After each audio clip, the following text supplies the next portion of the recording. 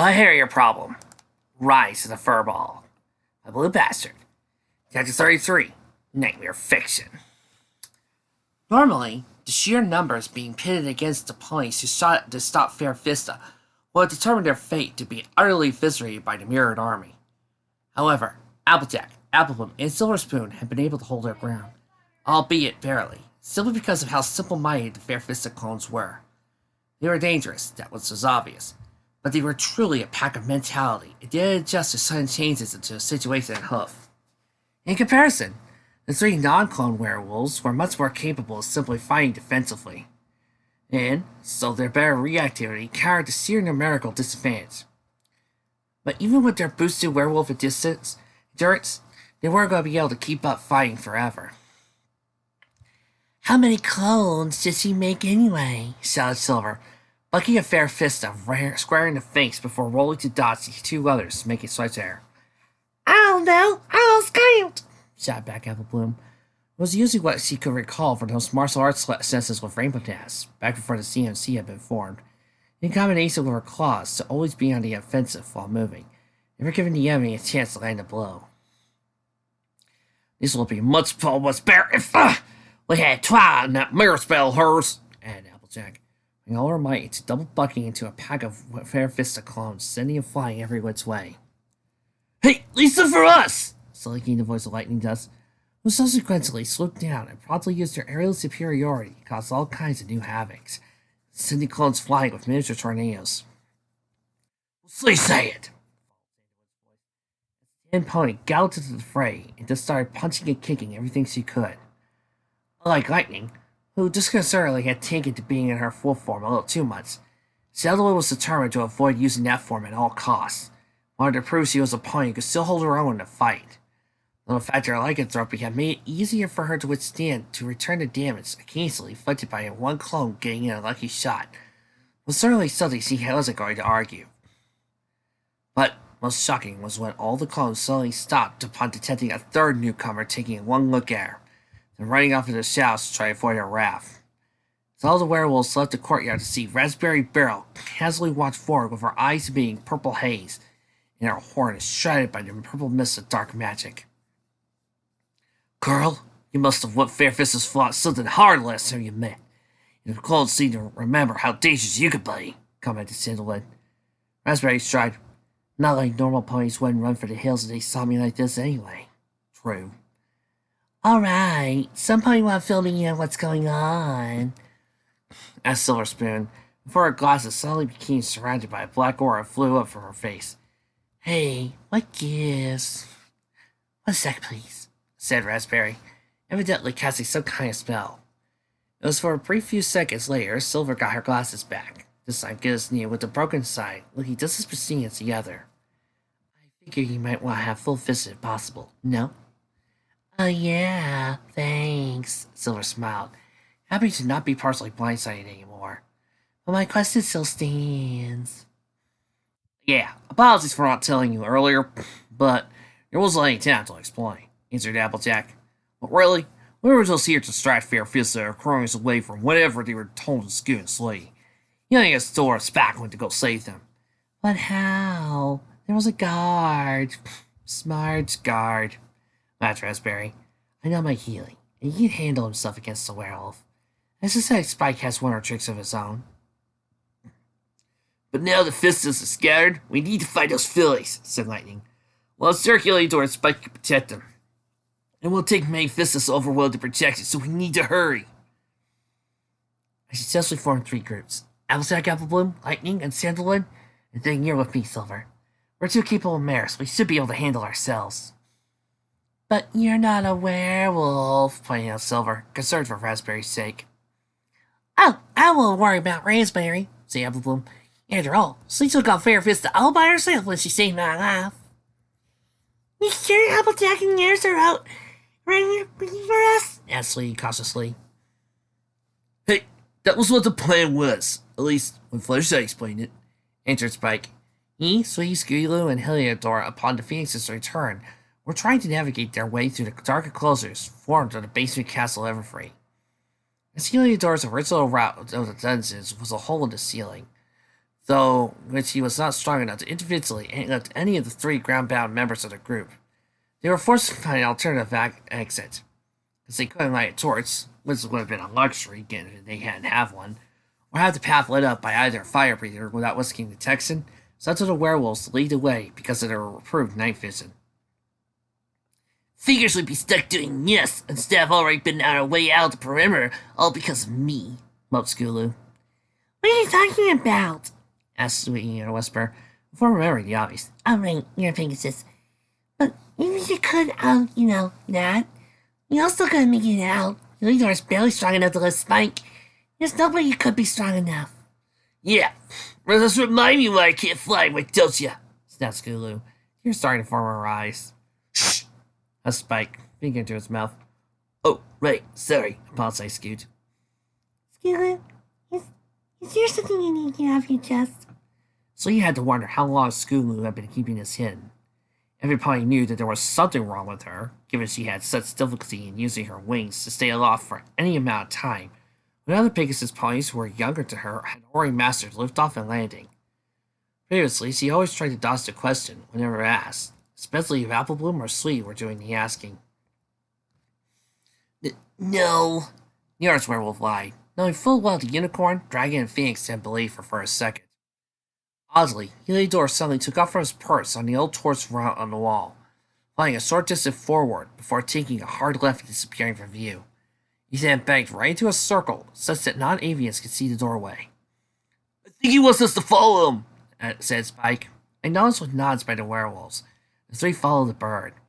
The room the phoenix had found was quite large, and in contrast to the previous location, well lit to the openings in the ceiling that seemed purpose-built to let in light, whether it be from the sun or the moon. Healy himself had taken a perch on the right side of an ancient pipe organ. Why was there a pipe organ wasn't exactly clear. It seemed to be gesturing to a small corner under his vantage point. Do we really need to do this? Whined Skulu. Her answer was the phoenix nodding patiently and emphasizing the gesture to a spot under his perch. Come on, Skulu. Presley, You need to sing your piece. It's just us 3, or do you not trust us? No, it's not that, relented Skulu, walking slowly over to the little hideaway near Heliodor before plopping down on her butt. It's... Her whole body was trembling at this point, but she sighed in defeat, knowing there was no point in hating it any longer. It's because I was born a cripple. The confusion was all she saw on the faces of the trio looking air. No, seriously, what's eating you, Scoot? Asked Spike. I am serious, retorted Pegasus. Nobody really knows this, since all anybody sees are just my wings, which, well below the average size for my wings, my age, aren't the reason why I can't fly, though they sort of contribute. In truth, I got what's called muscular dystrophy due to a birth defect. Muscular dystrophy what? Whispered repeatedly, struggling with the unusual word. Guys, not that I don't mind a good friendship bonding moment, but, do we really have time for this? We're kind of in an emergency! You know, werewolf, big bad! Okay, fine! Let's have our moment, then we run! Promise? Don't worry about it. All you need to know is that some sort of medical term given to describe muscles that didn't form correctly before I was born. It's only in my flight muscles, but they're naturally always going to be weaker than they should be. I have to work them over just to accomplish liftoff. So combined with my small wings, not nearly giving me enough surface area just to terraform thrust, I'm really literally no better than a chicken. The tears are starting to fall now, with the dam looking like it's going to burst. No, you're not, retorted Sweet. No flying is a big deal for you since you idolize Rainbow Dash. But your wings are still far from useless and you know it. You're scared that your means are going faster than anybody else can. So you see to generate more than enough thrust or whatever it is. You're still the most athletic of all the Crusaders. The entire werewolf unicorn moved back to stand top of the pipe organ's bench like a soapbox, rank-a-tealing. And if there's anyone that has right to complain about doing what they're not supposed to, it's me. After all, you're not the one who has a bone sticking out of her head that has absolutely no purpose since you can't fly. I can't do magic. Skulu was stunned, admittedly never realized Sweet's own birthright as a unicorn, not having been developed by now, was far worse than her wings just being too weak to lift her. I never thought of it that way. Yeah, maybe you're just both late bloomers, suggested Spike. Toy's always been a magic prodigy. Nobody can argue that. A few ponies actually know she struggled to do more than levitate things until the day that magic entrance did where she heads me. Yeah, but if you ask some people, according to them, she was perfect the entire time. Wait, you know that was before you were born, asked Sweetie. Simple, that's what I told me. But you guys gotta keep it on a down low, okay? Two Crusaders nodded, along with Heliodor, some much needed confessionals having been said. However, it was the exact time that Lightning and Sandalwood found the three younglings and the bird. There you are! Exclaimed Sandalwood. They felt she didn't need to keep going around the old castle any longer, risk being detected by hiding fair fistas. Her lack of tact in suddenly announcing her presence sought to force them, however, with Sweetie toppling from the bed to the back of her head heating the first row of keys on the pop organ. The ancient instrument reasoned with a loud, deep, reverberant echo that sent a chill down the spines of every pony, all the way out to the perimeter of the ruins. Uh-oh, said Lightning, yelling and turning around, anticipating an ambush. Something tells me that this is not a good sign. As the deep tones of the organ echoed through the ruins, Applebloom suddenly found herself on an unstable ground as part of the hallway suddenly flipped towards the wall, causing the filly to go into a secret passageway. It was all she could do to scream before she found herself pulled down by gravity into a chute defined only by touch. Applebloom! sighed Applejack, rushed to where her sister had been, only to find the wall and floor perfectly flush as it was all as much as one piece as it looked. The frantic community had the farmer trying to look for any way of manually opening the secret door to no avail. Hold on, Applebloom, I'll find you! called out Applejack, hurriedly running down the hallway in hopes of looking wherever Applebloom could end up, if there was another end. The elder sister didn't want to think about the situation if Applebloom was now trapped in the walls. Applebloom, for her part, was hurled through the darkness in every direction imaginable, got more than a little green in the face from the ride. As far as she knew, it was like she was traveling down some kind of secret slide, though how it had been triggered such that she, and only she, was the first passenger in a millennia, the idea that this was something created purely for her amusement was quite ludicrous. Fortunately, the slide did have an ending, though a rather abrupt one, as Applebloom only just noticed the box of light that she was heading towards before going through. Said box being sent flying out a wall to land rather awkwardly in a new room. Gradually she got up, and then had to hurry over to one of the windows open outside to avoid her latest dinner. It had been heavily loaded with something Pinky had come up with to simulate the taste of those bacon-flavored dog biscuits, which had somehow helped with his hunger pains, but evidently didn't sit well for digested fully.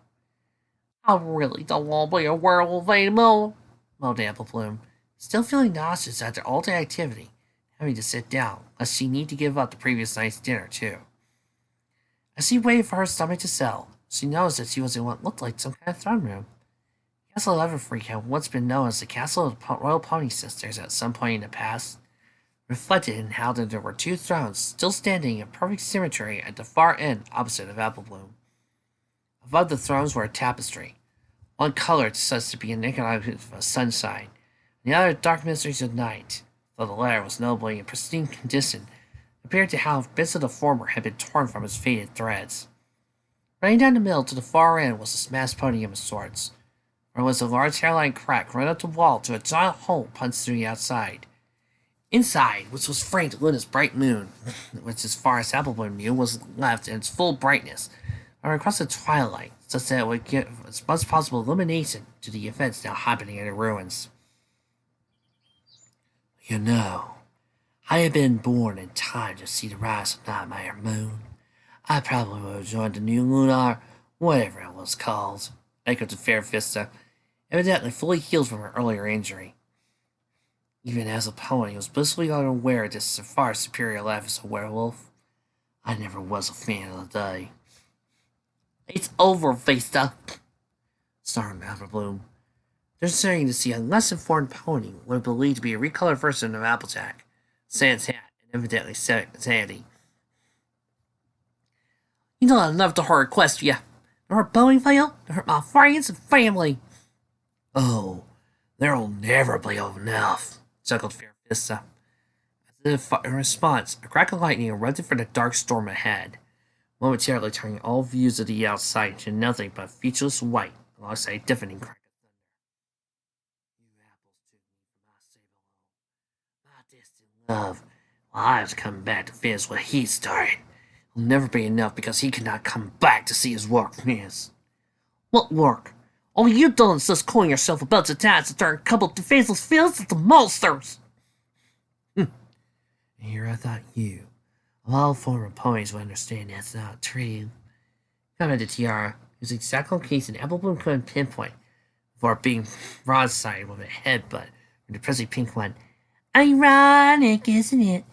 You started this whole mess by making me hate your guts for being a werewolf. Yet now you probably hate mine because I'm better than you. Funny how... There was barely enough time to react for Tiara, just as he moved to the nick time before Applebloom involuntarily vomited again. This time needing to roll her stomach while propping herself up, so he couldn't make it to the window in time. Sorry, apologized Applebloom, more out of habit than natural sincerity. Must have been something alright. Sorry, nothing, viewed Tiara. You just had to kill all the dramatic tension I had going. You have to ruin everything I try to do to humiliate you. No, that's my job. Now it's time Tiara's turn to get headbutted. This time a Silver Spoon, the only descendant of Silver's family paranormal hunters, did it harder. It was enough to send both fillies hopping out of the windows. In fact, it was the same window Applebloom had been bent over a few minutes ago and safely disposed of her undigested foodstuffs. Silver Spoon! Exclaimed Loomy, rushing to the window. She stopped midway, realizing she was leaving herself out open to Fair Fista for attack. This time, of all times, being the worst, as now Fista had no reason to keep her alive. As Applebloom assumed a defensive stance, she saw Sablelone's mate was too focused on something else. My, you just can't stay away, can you? Taunted Fista, evidently not remembering the offense of last time. Not having enough fun knowing every single thing you do is against the law of this corrupt land just because of who you are? And nothing else? Hey! Smirked Raspberry. Didn't need to survive above on the balcony. Actually, I would say giving a life sentence like the one I must serve marks the dawn of my party tomorrow. Small leap had Raspberry take the quick way down, Unicorn definitely standing on all four hooves. And the end of your past welcome life. Hypocritical words, coming from one whose only power comes from the King of Shall himself. No. At this point, Raspberry and Fista had started to walk in a circle, Applebloom having taken advantage of being forgotten entirely by hiding behind some rubble, offering a ringside seat to the inevitable battle. I'm not a power hungry. I understand what makes magic evil in nature. It's not magic itself, but how it's used. I'm not an idiot. I know why that apple farmer who looks so much like me wanted to kill Sablone. She must have heard the whole legend of how killing a werewolf would turn you, supposedly remove this blessing. But you know just as well as I do, it's all a bunch of hooey. Only makes it become dormant. Merely being around anything associated with dark magic reactivates it. Considering how you reek of your ancestors' blood and its magic, I bet you really just sneezed at Applejack and turned her back to a werewolf, didn't you? Hey, at least I'm not the one Sablone tried to replace, because he was thinking about his loins ever since you died! Snapped back Raz. Though, she didn't like how Fista seemed to know how to push her buttons this time. She also didn't like how it was so easily felt in ways her disguise was slipping. Already her fangs were starting to lengthen and press against her lower lip. Worse, Fair Fista knows as well. My, are those fangs? Do you mean to actually tell me you did end up a werewolf as well? It must be hard for you to have all that power of your ancestor who portrayed your lycanthropy in the first place. Except you and those other ponies who have since become werewolves yourselves. Or all the way because you can't handle being the top dog of a race like those apple brats.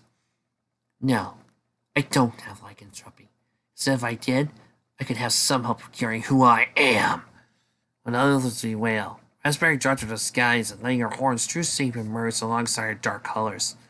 The wispy trails of dark magic being brought forward. But there is no cure for having been molded in Sombra's image. So it's all I could do to ensure I'm the only thing that can be claimed to be his legacy. The Dark Unicorn then charged Vista with determination, purple mist in her eyes, making the resurrected werewolf once again feel the grip of mortality as they met in combat once again. Come on! Shouted Sandalwood, forcing herself to stay ahead of the pack of werewolves in Phoenix, while she grudgingly allowed Spike to ride her back. Applesack had stumbled upon them, then to Apple Bloom, and they shortly left the room with the pipe organ. Apparently, Apple Bloom had triggered something. The connection between the pipe organ going off at the exact same time as Apple Bloom's fantasy act never occurred to anybody. This separated her from Applejack. Now the race was on, to try and find a wayward filly. Unfortunately, it was almost sure bet that somehow Apple Bloom was in the middle of whatever was going on in the middle of the castle, where the throne room would be. We better get out here and grab her and get out of here, exclaimed Lightning, scooting on her back. Whatever the other freak is doing with that storm, it's getting agitated if I'm reading those cloud movements correctly. The girls go all ahead. I'm not leaving without Apple Bloom, said Applejack. Gang for gang, Sweetie Belle was currently on her back. Fair Fist has already done more damage to my family with Sable's help than I can think I can ever be healed. She gets Apple Bloom playing. I don't know what if my family can survive a blow like that. Instead, Heliodor came slipping into a corner, practically trying to get some pony's attention. In doing so, he led to grip a short distance away where Silver Spoon and Diamond Tiara lay. Silver! The skein scooted and salute, dismounting their werewolves and rushing to their compatriots' side. You alright? Yeah. Oh, yeah, considering I just tackled my best friend out the window curling above us, Answered the gray filly, trying to go point into the throne room. I think I'm alright, aside from a broken bone or two. Tiara? Asked Spiky. As if. I think I knocked her out cold following our landing. She won't be posing a problem to us anymore. Behind Silver was the unconscious form of Diamond Tiara, remarkably back to the recognizable form of a point, though her coat and mane and tails were still a mess. They say Tiara had also been knocked off, landing rather unfortunately what looked like a half-digested dinner. Silver paid it no mind. Raspberry Barrel's still up there, probably fighting Fair Fista again to protect Apple Bloom. Well, that's a relief, sighed Applejack, while she could not fully relax until she could hold her baby sister on forelegs again. Right now, Raz was the only pony AJ knew who could keep that insane werewolf at bay. Come on, we gotta get you and Diamond to the guards. You need medical treatment.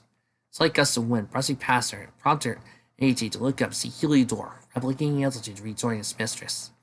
It's up to you, Raspberry, thought Applejack. You're the only one who can stop her. Screamed one of the combatants. Though at that point, Apple Bloom didn't know who was doing more of the screaming. Even though by nature Raspberry Barrel was not a violent pony, she seemed to have a disturbingly good idea how to fully utilize her body's traits to be a lethal weapon. In addition to her already formidable dark magic, her horn itself was purpose-formed to have been used as an impalement weapon, as her father had found in a very personal manner. Her fangs were just as sharp as Fair Fista's. For more than once, the unicorn resorted to using Fista's own tactics against her by digging her teeth into the werewolf's body. At the same time, Fair Fista was truly giving it her all. Her years of experience as a predator, mixed with the insanity brought on by having to possess her own mirrored copy, combined with more easily utilized weapons on all four of her paws, as evidenced by the numerous cuts she kept carving into her ass, allowed her to pose a far greater challenge than ever before. Additionally, she still had the race advantage of being an earth pony, which boosted with lycanthropy meant she was both physically stronger and had more endurance than her unicorn opponent, and her jawstring was enough to snap bones in addition to driving her fangs in deep.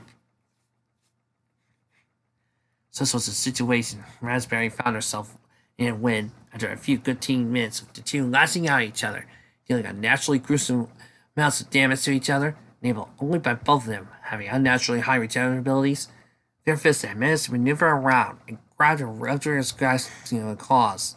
Was the story, the werewolf bit down as hard as she could, crushing the most important low-bearing part of Raz's legs, while simultaneously tearing through her flesh as the fangs dug into muscle tissue. Ah! Screamed Raz, her abnormal healing not doing anything to stop the unimaginable pain of her legs midsection, getting crushed like a cardboard box while oozing blood profusely. It got worse when suddenly Fista began to swing the crippled unicorn, like still in her, holding her jaws around and around in a circle, before throwing her body against the wall with a loud thud. More pulverized unicorn slid to the ground, left leg looking every bit like a broken chew toy it had just been. "Is that all?" demanded Fista, walled with bloodlust as he wiped away Raz's blood, remembering what happened the last time the unicorn's blood was allowed to pool and settle. "Is that the best I could get from the pony who inherited the legendary powers of King Sombra?" Raz did not answer, or rather she couldn't. The pain from her leg was numbing. Right now she couldn't let her magic do its thing and fix it. Not what she was planning to could work. If she was short, even the tiniest little of magic would be all for naught. Unless she got her chance soon, it wouldn't matter anyway. In the silence as a minute of defeat, Vista felt the need to glow. "Huh.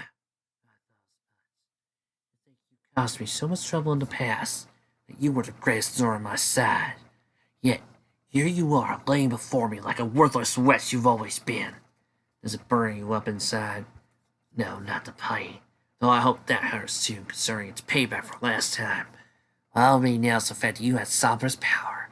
You had the best chance of stopping whatever it is and creating lycanthropy. But you failed. Every pony you know has been blessed with a werewolf will die because they are not worthy, or to appreciate the gift you have been given to become part of my pack. Of course, this comes as no surprise, Spawn of Sombra. You're a dark magic user. No matter what good your kind ever does, it always ends badly for you and those who are fond of. Do you ever shut up? Wondered Raspberry, words not having their fully intended effect, partly because they were hardly unlike the things she had been told all her life.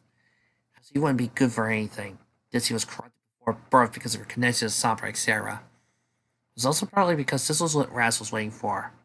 Vista already thought she had won, so she was laying her guard down. She just needed a distraction and cried out Heliodor. It was a torrent of flame to fair Vista, forcing the glowing werewolf to take evasive action and take her eyes off her enemy. I swear I love that damn bird like a brother. Thought the unicorn, smiling at it once again, her ever-faithful pet, had done exactly the right thing at the right time. Without hesitation, Raz pulled out one of the few tricks she had managed to learn from Sombra's book, and her body instantly dissolved into a black mist-like form, and fastened to the shadows cast by the castle itself. After a few minutes of vainly trying to catch the mocking phoenix, who had empirically perched high on the balcony from where Raspberry had entered the room, Vista realized she let her enemy get away. I know you're somewhere, you damn dirty demon, shouted enraged Vista, looking rapidly all over the place in vain. Oh, please, you think you're the only creature that can hide in shadows? Echoed the voice of Raspberry Barrel, now in the pits of the evil reverberation of vain nightmare moon, chrysalis, in the way of her own ancestor. You may have been born in the shadows, but I trained in the... Wait, damn it, I said that wrong. Hold on. Fairfist and Hen and Appleblow were dumbfounded by how Raspberry was managing to do something no pony had ever done before. Yet, she insisted on saying a horribly cliché and cheesy line she kept screwing up. Yeah, is it trained then born? You may have trained in a shadow, but I was shadow born. Sorry, gotta get this right. Fairfist then became aware of a presence right behind her. Quick glance saw a pony-shaped form forming from what could be transcribed as power particles. Enough of this ceruloid! Screamed the werewolf, charging at the shape and clamping her claws around the pony's neck. She wildly slung around the body, snapping it back and forth, intent on silencing the unicorn once and for all by ripping off her head. Finally, she did so, feeling the weight of the body going flying in one direction as the head and neck stayed in one motion with the werewolf. Wait, realized Fair Vista. What am I tasting? Cardboard. Spinning out the head, she realized that what had been off the head was what she thought she had, but instead all her attention had been focused on what had been cardboard cutout Twilight Sparkle. Where does somebody even get something like this? Whined Vista, not knowing what to make out of the situation. Oh, my Celestia, you killed Twilight Sparkle! Hollered Appleblow. You bitch! You're never. Slowly, vivid werewolf had to be made to turn to face where she knew Applebloom had been the whole time. When he stopped snort when she felt something very warm and pointy. Here's her chest, right to her heart. No, you're next. Fully responded Raspberry Barrel, seemed to rise out of the ground as it had been in shadow, thus fully disguised her movements. At the same time, the impaled werewolf raised up as well, legs finding no traction in the air. You think this will kill me? Said Vista, drop of blood running down the side of her mouth as Raspberry's horn started to tear deeper into the bodily organ. I'm still a ghost. You can't kill a ghost. How about this? You want to bet? Snorted Raspberry. You seem to forget dark magic doesn't always play by the rules. You're bluffing. Not in the least.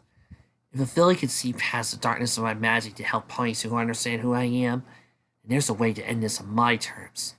Then end it all! A loud wail. Raspberry's eyes ignited a purple light along with her horn. Simultaneously, the storm now swirling around Castle Everfree was fueled by dark magic reacted. As lightning came down from the heavens, through the hole in the wall, left in the wake of Nightmare Moon's creation.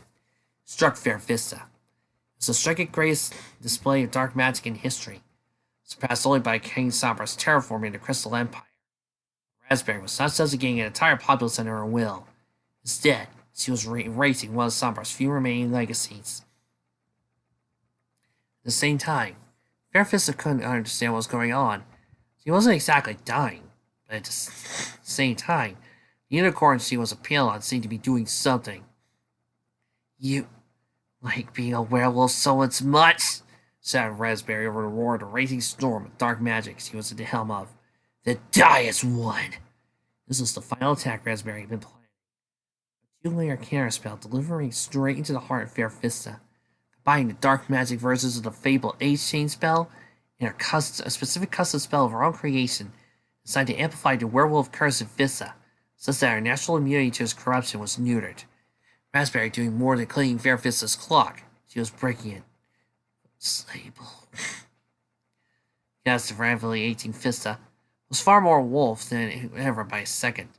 Before all the spinning had stopped as she soared over Raspberry's horn, gone was the young-looking werewolf, who had been just as dangerous as her may have been.